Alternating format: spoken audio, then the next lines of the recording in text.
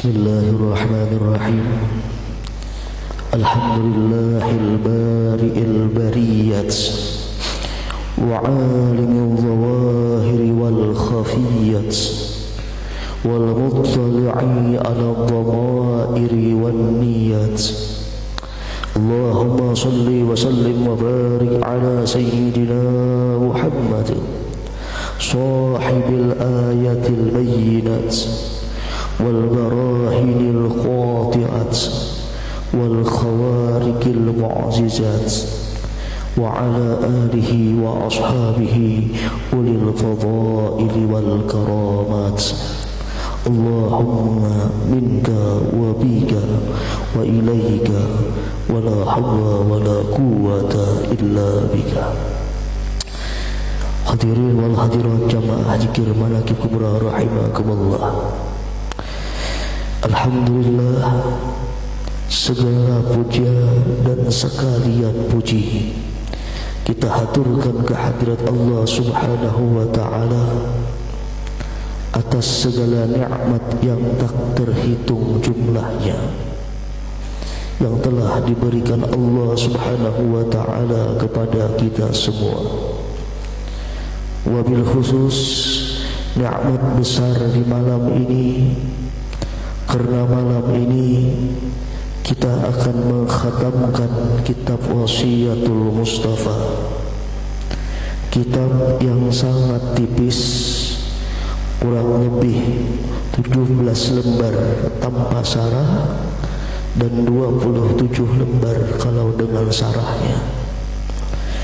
Namun alhamdulillah kitab tersebut bisa kita bedah dan bisa kita kaji maknanya kurang lebih 4 tahun setengah.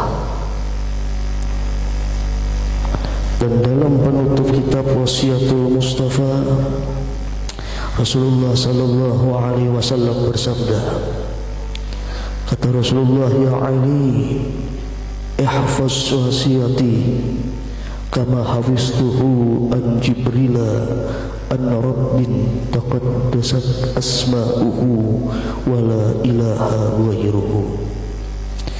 Ya Ali, ihfaz wasiyati kama hafiztuha an Jibrila. Ya Ali, jagalah wasiatku ini sebagaimana aku telah menjaganya dari malaikat Jibril alaihi salam. An rabbin taqaddasat asma'uhu wa la ilaha ghairuhu. Dan malaikat Jibril mendapatkan wasiat ini daripada Tuhan yang maha suci nama-namanya dan tidak ada Tuhan selainnya. Hadirin wal hadirat jamaah zikir manaqib kubra rahimakumullah. Berbicara tentang wasiat, bahwa wasiat menurut pandangan Islam maknanya bukan sekedar menyangkut urusan harta benda, namun wasiat juga memiliki makna yang cukup luas, bahkan dimasukkan juga dalam kategori wasiat adalah sesuatu yang berkaitan dengan pesan-pesan moral kepada seluruh makhluk Allah Subhanahu wa ta'ala.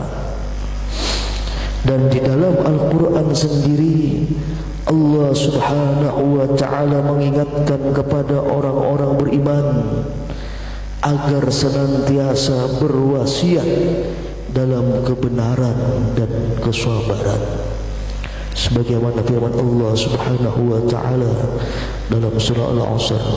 Kata Allah Subhanahu wa ta'ala, wal 'asr innal insana lafi khusr illa alladhina amanu wa 'amilus solihati wa tawasaw bil haqq wa tawasaw bis sabr.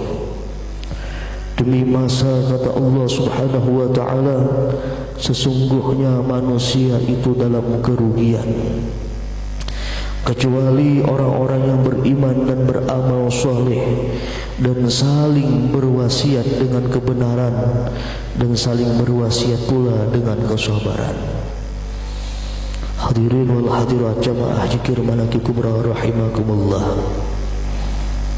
Uniknya dalam berwasiat, Rasulullah sallallahu alaihi wasallam itu berbeda-beda kepada para sahabatnya.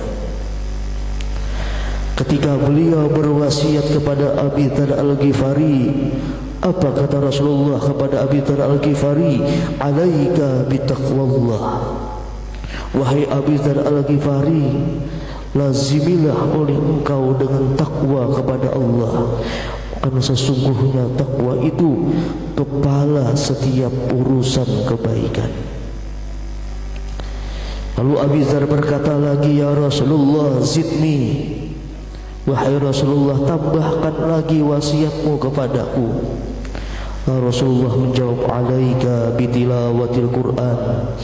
Lazimi oleh engkau wahai Abi Dzar Al-Ghifari dengan lazim membaca Quran, dengan memperbanyak membaca Quran. Fa innahu nurun laka fil ardi wa dzukhrun laka fis sama. Rawahu Ibnu Hibban. Karena sesungguhnya membaca Quran itu merupakan cahaya bagimu di permukaan bumi dan bekal yang disimpan di akhirat nanti. Rawahu Ibnu Hibban. Sedangkan ketika Rasulullah sallallahu alaihi wasallam berwasiat, ketika datang seorang laki-laki kepada Rasulullah, laki-laki itu berkata, ya Rasulullah, wasiati olehmu akan aku, ausini, berikan wasiat olehmu kepadaku. Rasulullah menjawab, la taghdab, janganlah engkau marah. Dan laki-laki tadi mengulangi lagi permintaannya beberapa kali, namun Rasulullah tetap menjawab, la taghdab, la taghdab, janganlah engkau marah, janganlah engkau marah. Hadis rawahu Bukhari. Pada kesempatan lain, Abu Darda radhiyallahu anhu, beliau juga pernah berkata, telah berwasiat kepadaku kekasihku Rasulullah sallallahu alaihi wasallam dengan 3 perkara yang tidak akan aku tinggalkan sampai aku meninggal dunia, kata Abu Darda radhiyallahu anhu. Pertama, wasiat Rasulullah bisyami salasati ayyam min kulli syahr. Rasulullah berwasiat kepadaku, kata Abu Darda, dengan aku tuh melazimi puasa 3 hari dalam setiap bulan, atau puasa ayyamul bid, puasa hari-hari putih. Lalu yang kedua, wasiat Rasulullah bi salati duha. Rasulullah berwasiat kepada Abu Darda dengan melazimi salat duha. Dan yang ketiga, wasiat Rasulullah kepada Abu Darda, wa bi alla anama hatta utira, dan bahwasanya aku tidak tidur, kata Abu Darda, sampai dulu aku sembahyang witir. Hadis riwayat Muslim.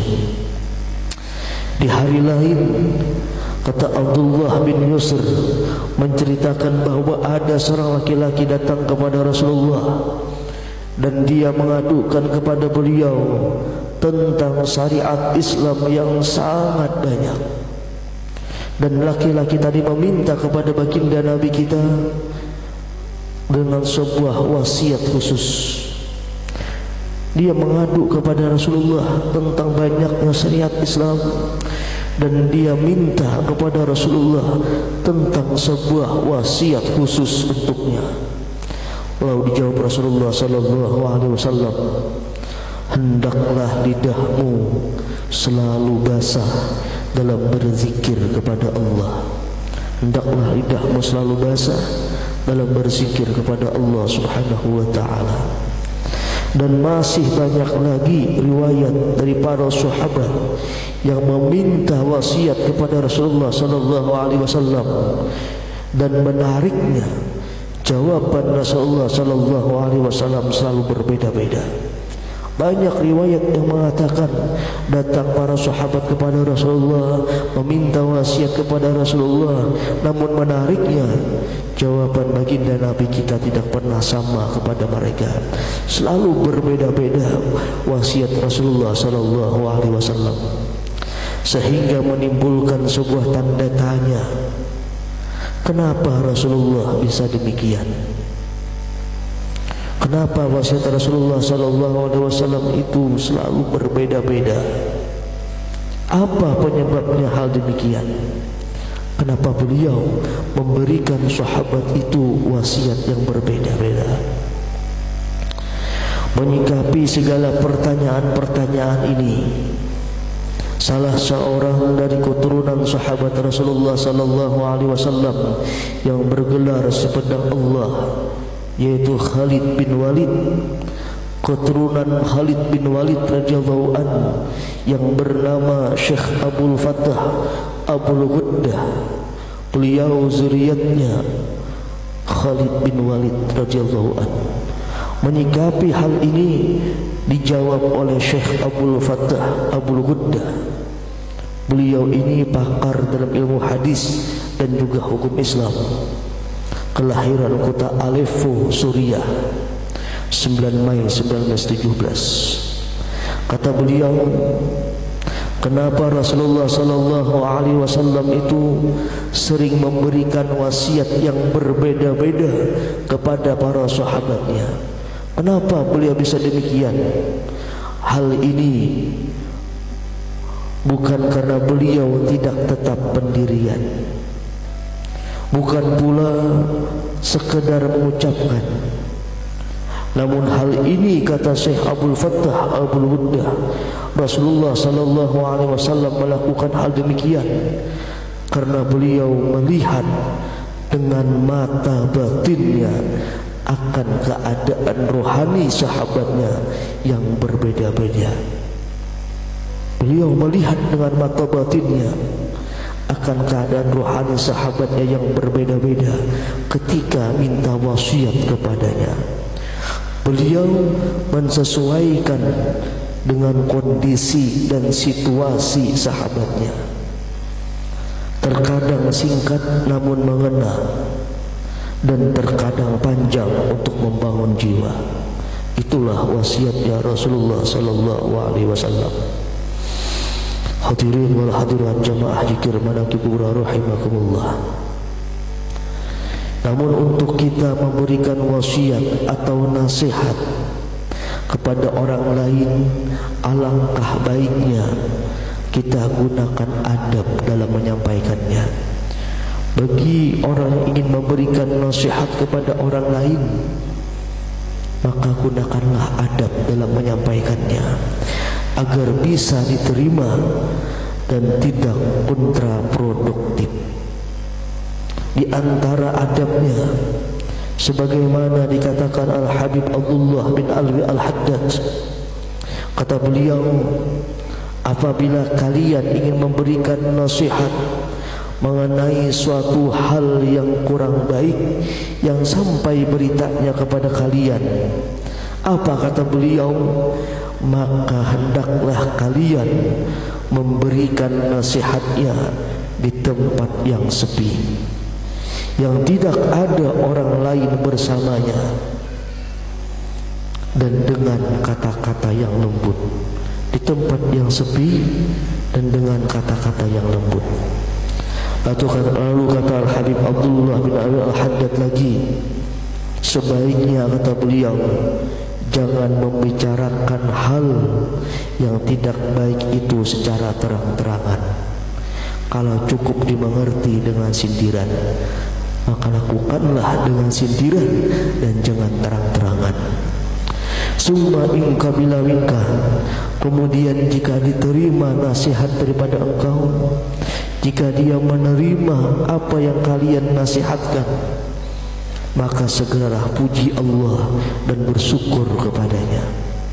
Kalau orang yang kita nasihati menerima, segera ucapkan Alhamdulillah, pujilah Allah dan bersyukur kepadanya. Namun kata beliau, jika orang yang kita nasihati tidak mau menerima, jika orang yang kita berikan nasihat tidak mau menerima, maka ucapkanlah dalam dirimu sendiri, ya nafsassu, wahai jiwaku yang jahat, patutlah engkau menerima demikian, sebab mungkin engkau tidak melakukan melaksanakan syarat-syarat dan adab-adab dalam memberi nasihat, sehingga dia tidak bisa menerima nasihatmu. Hadirin wal hadirat jamaah zikir manaqib kubra rahimakumullah. Kalau sejenak kita mau merenungi antara memberi nasihat dan menerima nasihat, sebenarnya jauh lebih berat menerima nasihat. Jauh lebih berat menerima nasihat dibandingkan memberi nasihat. Karena dalam menerima nasihat, di sana terdapat jihad. Jihad melawan ego diri yang selalu ingin tinggi dan dipuji, tidak mau direndahkan, selalu ingin dimuliakan, sehingga kudu perjuangan yang berat agar bisa menerima nasihat dari orang yang menyampaikan. Namun kata Al-Imamul Ghazali rahimahullah, beliau ada memberikan tips agar kita mudah, agar kita ringan, ikhlas dan lapang dada, serta rendah hati dalam menerima nasihat orang lain. Imam Ghazali memberikan tipsnya agar bisa demikian. Kata Imam Ghazali, tipsnya ialah bahwa nasihat itu jangan dianggap pelajaran atau dikte yang menggurui kita. Apapun nasihat, jangan kita anggap pelajaran atau dikte yang menggurui kita. Namun kata Imam Ghazali rahimahullah, kita anggap segala nasihat itu bagaikan suara yang mengingatkan kita pada hewan yang berbisa yang bersembunyi di balik pakaian kita. Karena kata Imam Ghazali rahimahullah dalam kitab Ihya Ulumuddin, fa innal akhlaq sayyi'ah, sesungguhnya akhlak-akhlak yang tercela itu hayatun wa aqarif. Akhlak yang tercela, kata Imam Ghazali dalam kitab Ihya Ulumuddin, kata beliau, sesungguhnya akhlak yang tercela itu bagaikan ular dan kalajengking yang menyengat. Akhlak yang tercela diibaratkan seperti ular dan kalajengking yang menyengat. Kalau ada seseorang yang memberitahu kita bahwa ada binatang berbahaya di balik pakaian kita, niscaya kita akan mudah dan senang menerimanya. Bahkan kita anggap sebagai anugerah Allah Subhanahu wa ta'ala. Kalau pola pikir kita seperti ini, seperti apa yang dikatakan Al-Imam Ghazali tadi, maka dengan izin Allah Subhanahu wa ta'ala kita akan sangat mudah menerima nasihat, bahkan dari orang yang jauh lebih muda daripada kita. Hadirin wal hadirat jamaah zikir manaqib kubra rahimakumullah. Semoga dengan berakhirnya atau khatamnya kitab Wasiyatul Mustafa, Allah Subhanahu wa ta'ala mudahkan kita dalam mengamalkan segala petuah-petuahnya. Allah Subhanahu wa ta'ala bukakan segala hikmah dan rahasianya, sehingga kita semua menjadi hamba yang ridha dan diridhai Allah Subhanahu wa ta'ala. Amin Allahumma amin ya rabbal alamin. Bihaqqin nabi wa ahli nabi wa bihaqqi Syekh Abdul Qadir Al-Jilani wa bisirril Fatihah.